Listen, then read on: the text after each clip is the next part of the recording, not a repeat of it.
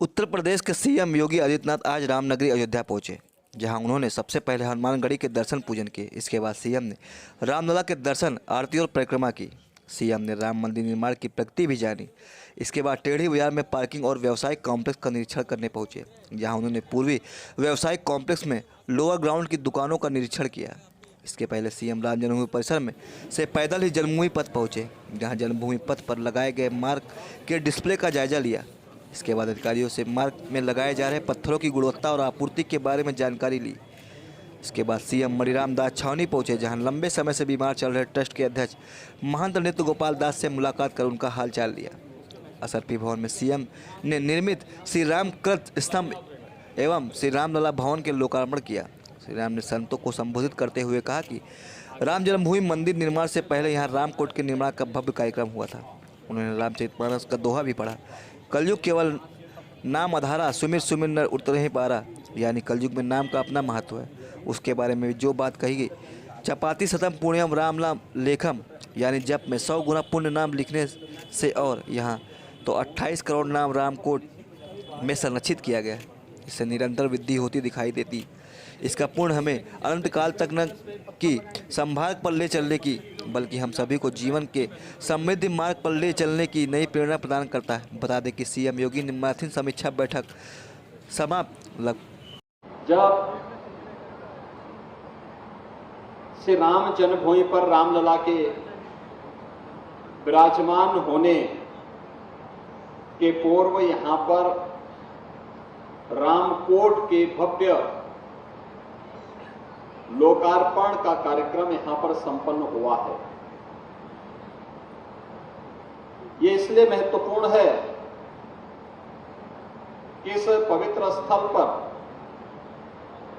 नाम और नामी दोनों यहां पर विराजमान है। हम सब जानते हैं कि हम सब ने अपने पवित्र ग्रंथ रामचरितमानस को पढ़ा है और हम सब जानते हैं, कलयुग केवल नाम आधारा, सुमरि सुमरि नर उतरहि पारा। यानी कलयुग में नाम का अपना महत्व है और उसके बारे में भी जो बात कही गई है कि जपात शतम पुण्यम गुणम पुण्यम रामानामा भी लेखनम,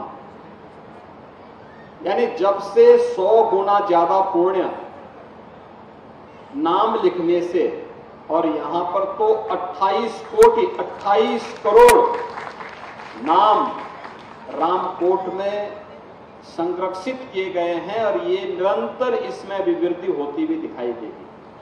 यानी इसका पुण्य हमें अनंत काल तक न केवल सन्मार्ग पर ले चलने की, बल्कि हम सबको जीवन के समृद्धि के मार्ग पर अग्रसर करने की एक नई प्रेरणा प्रदान करेगा।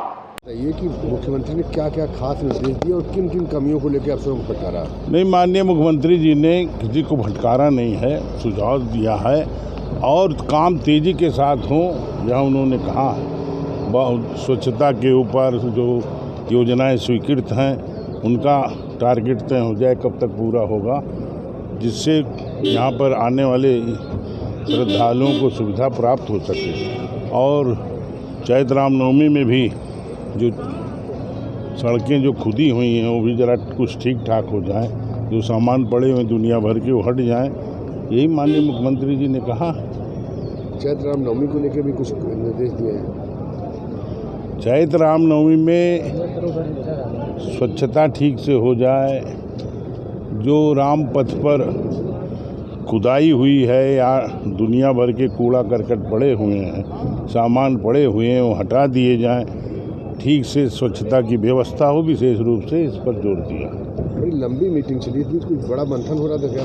नहीं, एक सभी विभागों की बातें हो रही थी, क्या क्या आगे भविष्य में परियोजनाएं हैं उस पर भी बात हो रही थी, तो इसलिए लंबी स्वाभाविक होना था। किन परियोजनाओं पर खास जोर दिया गया? सारी परियोजनाओं की बात हुई है, जो भी स्मार्ट सिटी के रूप में, अयोध्या के विकास के रूप में जितने विभाग उसमें इन्वॉल्व हैं, सब के विभागाध्यक्ष थे, सबसे बातचीत हुई।